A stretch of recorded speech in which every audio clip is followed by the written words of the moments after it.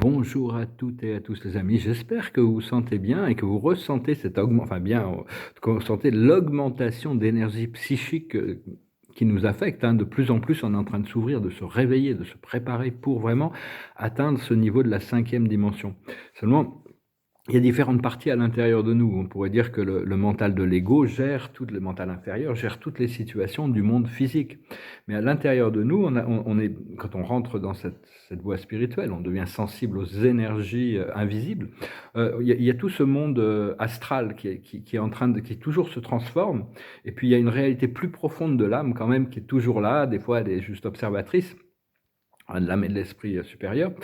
Et donc, en réalité, c'est notre intention, autant dans le monde physique, c'est nos pensées, nos mots et nos actions qui gèrent, qui créent la réflexion du monde, autant dans le monde astral et spirituel, ou astral spirituel, c'est vraiment toutes nos intentions sont manifestées. Même si on ne comprend pas la pensée qui est associée à notre intention, je m'aperçois que mon moi supérieur me met dans des cadres, me montre toutes ces choses qui viennent de mon intention, qui sont au-delà des fois de, de, de mon intention.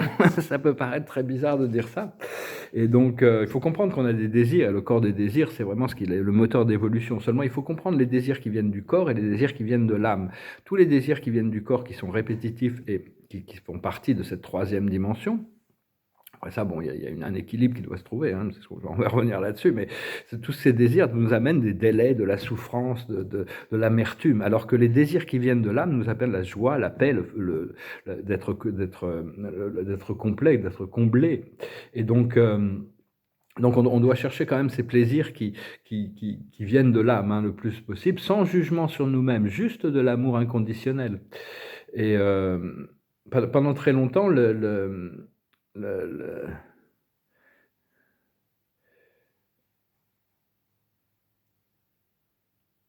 oui, pendant très je veux juste me relire, mais bon, pendant très longtemps, on vit sur une planète, qui est dans un univers local, mais qui est au-delà de notre univers local, il y a d'autres univers locaux. Et ce qui s'est passé, c'est qu'il y a des espèces dominantes galactiques, des êtres supérieurement conscients, mais complètement branchés sur leur pouvoir personnel, qui ont créé des guerres galactiques. Et pendant très longtemps, ces guerres, l'humanité va être informée.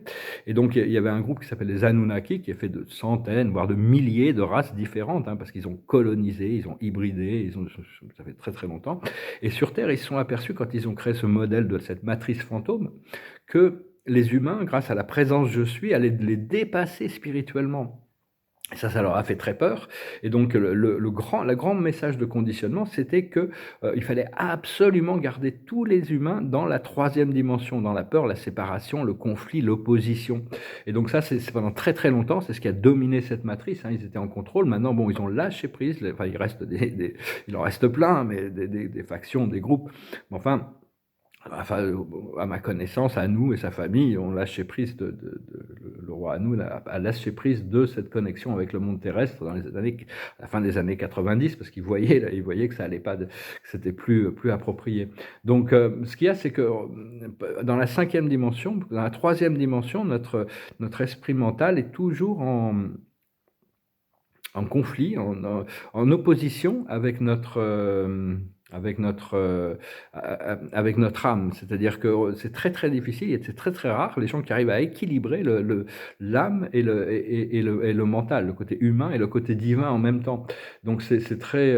Par contre, dans la 5e dimension, c'est l'âme, l'esprit mental suit toujours la condition de l'âme. Sauf ce qu'il y a, c'est que c'est une expérience qui n'a jamais été tentée de passer de la 3e à la 5e. On aurait dû être dans la 4e s'il n'y avait pas eu cette interférence de toutes sortes, de centaines de races extraterrestres négatives qui sont battues pour cette planète.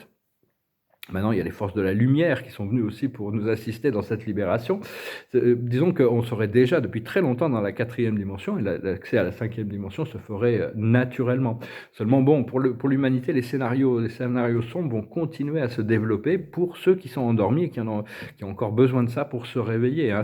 Je pense que la fenêtre d'opportunité va se fermer à la fin de cette décennie, hein, aux alentours de 2029. Il va y avoir un gros basculement. Mais en attendant, on doit préparer ce basculement dans chaque jour, dans chaque moment de chaque présent pour faire notre basculement avant d'attendre le basculement planétaire. Enfin bon, je ne veux pas être négatif, il y a toujours de gens qui disent: «Ah ça y est, tout a changé. Ah ça y est, on est tous au paradis. Ah ça y est, l'alliance a gagné. Ah la lumière, il y a plus d'obscurité, il y a plus de méchants, il y a tout le monde il est beau, tout le monde il est gentil et tout se va bien». Bon, c'est vrai qu'une fois qu'on rentre dans cet alignement, tout va bien, mais bon, on doit quand même comprendre qu'il reste encore des batailles à faire. Il reste encore on doit encore conquérir toute la conscience de l'humanité grâce à cette présence «je suis». Cette présence «je suis» collective nous permet, quand on accède à notre présence «je suis», à communiquer et travailler avec toutes les présences «je suis» qui sont des fois, qui s'imposent pas. Donc c'est pas des fois, il faut demander aux anges aussi de venir aider les situations, hein. Mais enfin, on développe de plus en plus de connexions, cosmiques, hein, et donc on cherche vraiment cet équilibre, cette balance. On a le seul guide qui est vraiment valide, c'est votre cœur. C'est votre cœur et vous avez un maître guide qui va vous guider. Moi, je ne fais qu'apporter des éléments ici, hein, mais le donc c'est vraiment actuellement, il faut je suis pas toujours en harmonie moi-même avec ça, mais bon, notre âme et notre moi supérieur a tendance à vouloir prioriser ce qui est important. Donc donc mais pour nous les priorités sont pas forcément les mêmes que pour notre âme et notre esprit. Donc c'est important de pas trop j'essaie de pas lutter contre mon moi supérieur. Je fais face à des situations extrêmement complexes au niveau sentimental, très très haut émotionnel disons, psychique et donc ce qu'on cherche, c'est vraiment ramener la balance et l'harmonie, hein, c'est lâcher prise, mais être présent dans le présent quand les choses se présentent. On doit pouvoir profiter aussi de la connexion spirituelle avec la sagesse descensionnelle, tous les êtres qui viennent de plans supérieurs pour nous apporter de la sagesse, ainsi que la sagesse ascensionnelle, les galactiques et les maîtres ascensionnés. Et donc, parce qu'ici, il y a les lourds et les légers, hein, quand même. Il y a les gens qui sont lourds et il y a des gens qui sont légers. C'est un petit peu, bon, les gentils et les méchants. Mais enfin bon, on peut pas s'attendre à quelqu'un qui soit méchant de ne pas agir méchamment. On peut pas s'attendre à quelqu'un qui soit éclairé d'agir méchamment, par contre. Ça, c'est un petit peu, parce qu'on a des accords qui sont très, très différents. Parce que des fois, les connexions profondes les connexions profondes sont vraiment, étrange et par rapport aux événements de surface, hein, c'est vraiment un gros challenge de pouvoir réconcilier toutes ces toutes ces bon, ça se passe progressivement et là-haut tout est déjà, harmonieux, hein. Mais enfin, il faut se déplacer au-delà du côté noir et blanc de la vie, commencer à voir que bon, tout a des teintes de gris et puis discerner le gris et le sombre du lumineux, du léger, du lourd, arriver à savoir à l'intérieur de nous aussi quelles sont ces pensées que l'on veut euh, on veut s'harmoniser, hein, donc parce qu'en réalité, tout est juste, de voir que tout est juste la vie en action, hein. Il y a des cycles inférieurs, des cycles moyens, des cycles supérieurs et il faut continuer à imaginer, à visualiser un rêve grandiose, une vision magnifique.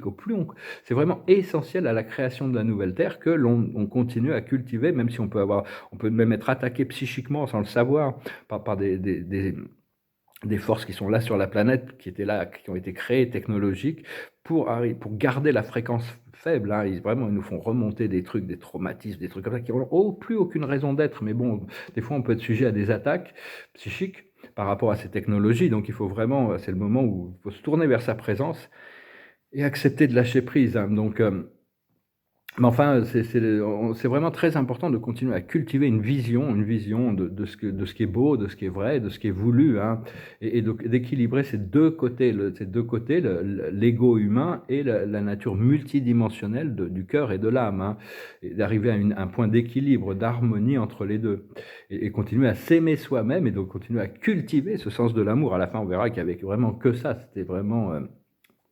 C'était vraiment ce qui est le plus essentiel.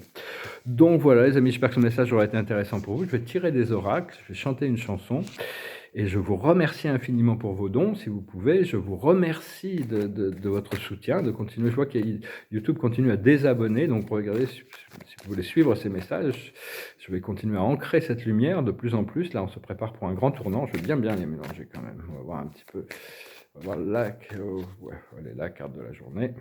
C'est l'échange de cadeaux, les choses gracieuses. Il y a des choses qui nous appartiennent, il y a des choses qui appartiennent aux autres, il y a des choses qui nous sont communes. À partir de là, on peut comprendre que la vie est un échange d'énergie, on veut que ça soit gracieux et équilibré. Donc, je vais tirer une carte avec la cache, je vais voir un petit peu pour les chakras. Donc, je peux continuer à voir quelle est la carte du jour. Des fois, il faut en tirer plusieurs pour arriver à dépasser ces blocages qu'on peut encore avoir. Et là, c'est l'Égypte. Hein. L'Égypte, originellement, c'était une société qui était là pour contrôler la conscience humaine, les garder enfermés, mais maintenant, ça a été libéré. Hein. Les halls de Lamenti, ces forces de l'univers qui travaillaient en soumission, parce qu'ils n'avaient pas le choix, hein, à tous ces empires sombres, se sont réalignés avec la présence de l'un. Bon, je présente des idées qui peuvent être en dehors de la boîte, hein, des fois. C'est-à-dire, personnellement, bon, là, je dois. Il y a des choses assez mystérieuses. C'est que, bon, souvent, j'ai déjà pu faire le contact psychiquement, réellement, enfin, dans un sens, il n'y a pas rien de plus réel pour moi, avec le Père universel et le Fils éternel, mais j'ai pas encore. Et je vois que c'est souvent le Père qui fait le ministère de certaines affaires dans ma vie, alors que ça serait plutôt l'Esprit infini que je n'ai pas encore rencontré, qui qui est en charge, qui est le ministère du plan du Père et du Fils. Mais enfin bon, c'est des êtres tellement divins, tellement absolus, tellement incroyables. De toute manière, on ne peut que s'en remettre à leur sagesse et leur envoyer tout notre amour pour tout ce qu'ils font, toute cette création de l'univers et pour tous les bienfaits qu'ils nous préparent et pour tout ce qu'ils nous ont appris. Et la vie, c'est vraiment un flot de conscience, hein. Et donc on doit petit à petit s'harmoniser avec les changements qui arrivent. Et ça, il y a besoin juste de lâcher prise et de changer avec les changements, hein. C'est cette carte de la transfiguration. C'est une carte très puissante parce qu'elle nous dit qu'il n'y a rien besoin de faire en réalité parce que les changements arrivent, qu'on les veuille ou non. Donc au moins on luttera, au plus les choses vont devenir fluides et faciles dans la transformation. Ce qu'il y a, c'est qu'on peut avoir peur de l'inconnu. Donc il faut vraiment être prêt pour ce que on nous a préparé, hein, on nous prépare jour après jour. Plus on est à l'écoute de notre cœur, de notre intuition, de nos rêves. Et à la base c'est vraiment la base, quoi. Bon, il y a l'étoile terrestre en dessous, mais ici on a le présent, se centrer. Hein, la base est nettoyée, la base est claire. Donc on ne devrait pas trop recevoir ces choses du subconscient. On doit nettoyer notre subconscient, ces pensées habituelles qui des fois ne sont pas en harmonie avec ce que l'on veut vraiment, mais vu qu'elles ont été cultivées pendant si longtemps, elles vont continuer à remonter jusqu'à ce qu'elles soient intégrées. Après ça, on a le niveau des plans terrestres et astraux. C'est juste 2 centimètres en dessous du nombril, c'est ce second chakra, le chakra sacral, le chakra de la sexualité et de l'harmonisation. Et là, on a le feu du sacrifice. On doit pardonner, mais on doit aussi sacrifier, on doit lâcher prise de certaines choses pour pouvoir obtenir autre chose. Personnellement, j'ai pas le choix, parce que j'arrive pas à me séparer de cette connexion d'âme, même si ça ne fait aucun sens. C'est plus un cauchemar. D'ailleurs, je vais chanter une chanson qui parle un petit peu de ça. Et donc, je vais retirer une carte sur ce feu du sacrifice. Le feu du sacrifice, il nous apprend la sagesse des arbres, Shakti. Il nous apprend à grandir, il nous apprend à évoluer, il nous apprend à intégrer. Après ça, dans notre plexus solaire, notre centre de pouvoir, on a le château dans les nuages, hein. C'est vraiment, bon, c'est une lecture collective. Ça va être c'est pas pour les chakras de la Terre, hein. C'est pour les chakras que nous avons, nous, dans notre corps de lumière actuellement. Et donc, de manière assez générale quand même, si vous voulez une session privée, on pourra regarder tout ça de manière beaucoup plus personnelle. C'est vraiment de cultiver son rêve, hein, grandir, élargir son rêve toujours, hein, voir un petit peu comment l'univers réagit à notre intention, à nos désirs, mais savoir que bon, les désirs de l'âme sont plus grandioses que les désirs du corps. C'est juste que les désirs du corps nous ralentissent par rapport à cette réalisation des désirs de notre âme. Après ça, au niveau du cœur, le chakra du cœur, qui est un chakra qui est neutre, hein, c'est vraiment ce qu'on doit... Et là, on a la grande prêtresse, la carte de l'intuition, c'est une carte de pouvoir, c'est une carte d'abondance, c'est une carte de puissance, hein, de pouvoir. Les choses se révèlent progressivement. Après ça, on a notre chakra de la communication, avec tout ce qui c'est le chakra qui nous permet de tout ce qui rentre et qui sort de notre corps. Tout ce qui rentre dans notre corps et qui en sort accélère ou ralentit notre procédé donc c'est rester positif par rapport à tout ce qui rentre et ce qui sort. Et là, on a une purification, hein. Il y a quand même un allègement qui arrive, hein. C'est vraiment la tempérance, c'est puja, c'est le bain de la purification.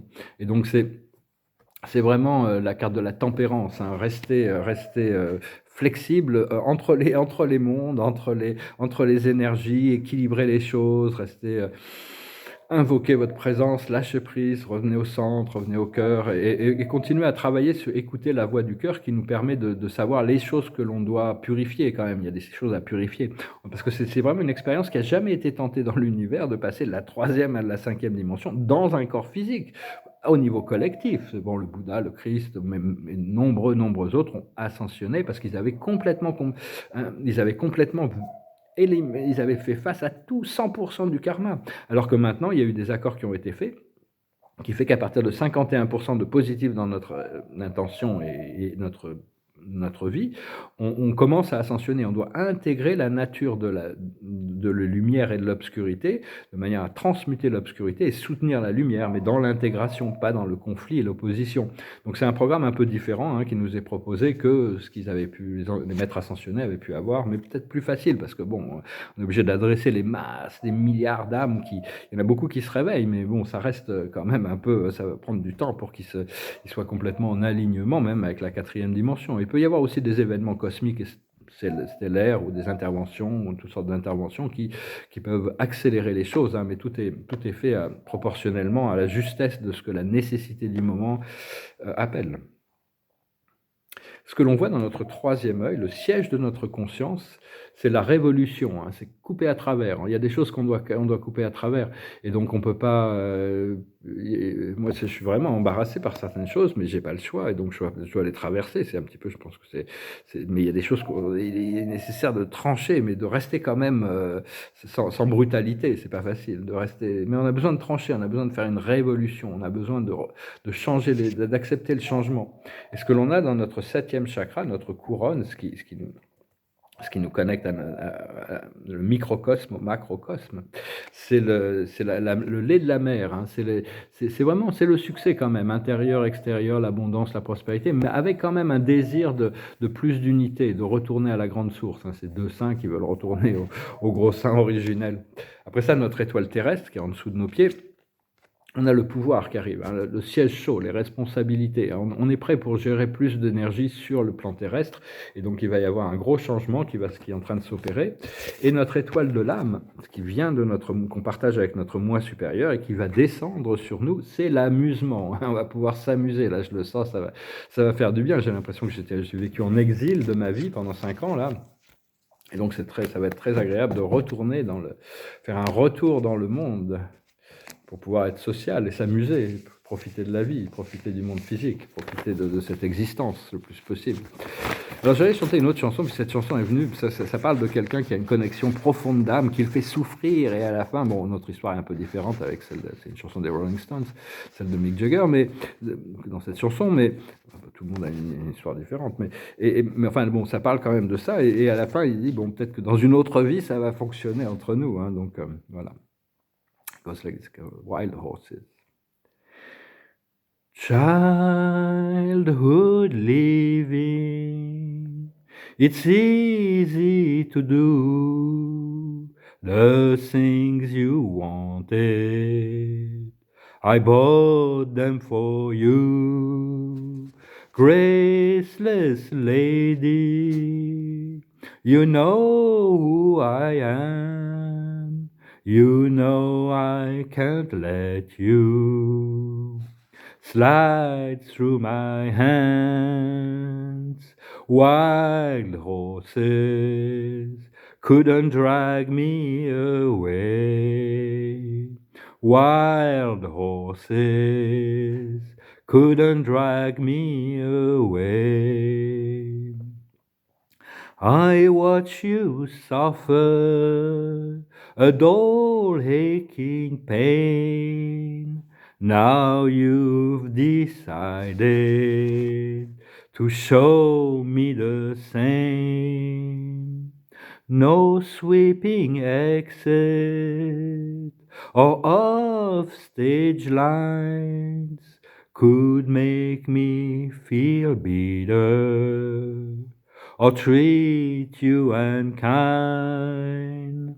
Wild horses couldn't drag me away. Wild horses couldn't drag me away. You know I've dreamt you a sin and a lie.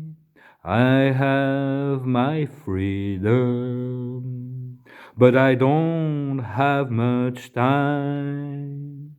Faith has been broken, tears must be cried.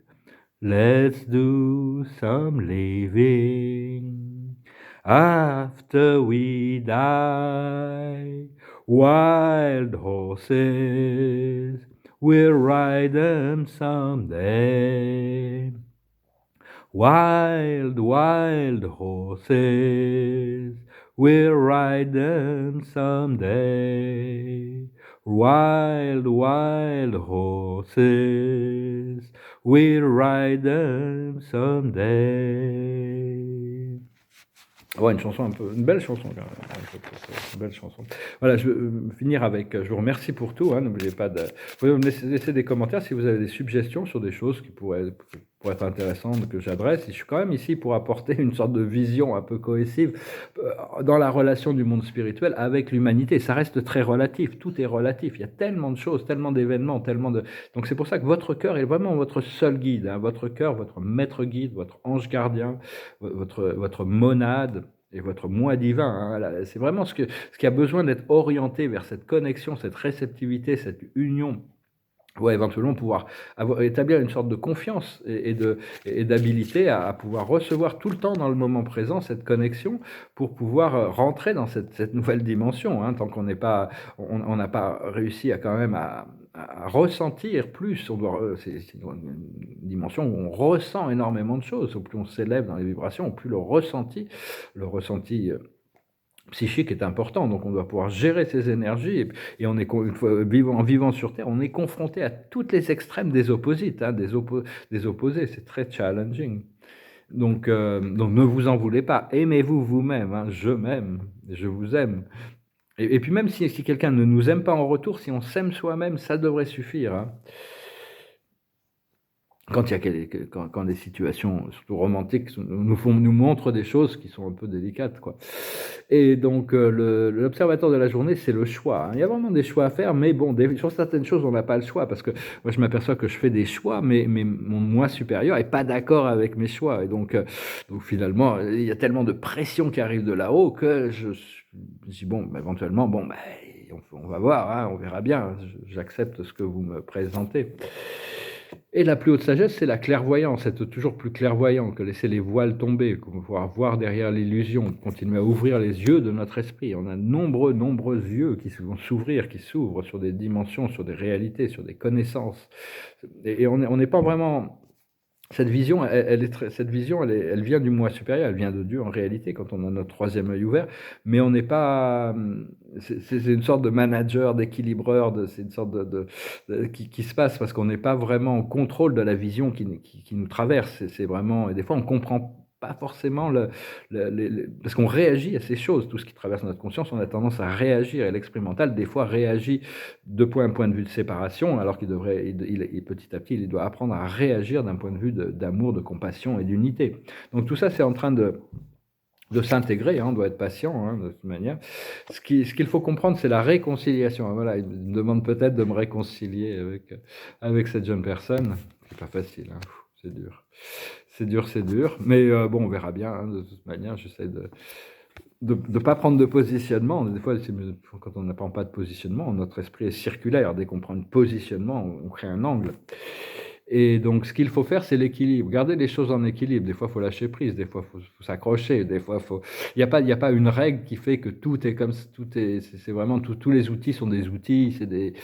C'est bien d'avoir des outils. Ça nous occupe l'esprit. Mais bon, et puis il y a des choses qui nous sont plus utiles que d'autres. À un moment donné, un outil peut être très utile pendant un moment. À un moment donné, il faut lâcher prise pour avoir compris qu'on a intégré la leçon et passer au niveau supérieur et découvrir des nouveaux procédés, nouvelles techniques. Et l'aboutissant qui arrive, ça va être bien quand même, c'est la paix, c'est la sérénité. C'est-à-dire, c'est le contraire de l'agitation. On va être totalement dans l'acceptation de ces nouvelles énergies, de ces fréquences de la 5e dimension ou au-delà, qui vont vraiment nous libérer à un moment donné. La vérité va nous libérer, mais avant de nous libérer, elle va nous faire souffrir, hein. Donc, vous attendez pas, enfin, si on est déjà passé par des choses, on a tous des programmes complètement différents. On doit faire face à toute notre ACASH. Je sais pas encore l'information sur l'ACASH. Pourquoi les tenants et les aboutissants de toutes les expériences terrestres qui m'affectent personnellement. Après ça, il y a une ACASH collective qui fait partie d'un plan plus large, mais Déjà, c'est connais-toi toi-même, rien de trop. Epsilon, hein, c'est l'oracle d'Apollon. Une fois qu'on se connaît soi-même, on connaît tout l'univers, on connaît Dieu et tout l'univers. Donc voilà les amis, j'espère que vous passerez une bonne journée. Je vais essayer de mettre cette vidéo en ligne. Il commence à faire un peu froid, je crois qu'il faut que j'aille dehors pour la mettre. Donc, voilà, je vous dis à bientôt et je vous souhaite une excellente journée. Salut.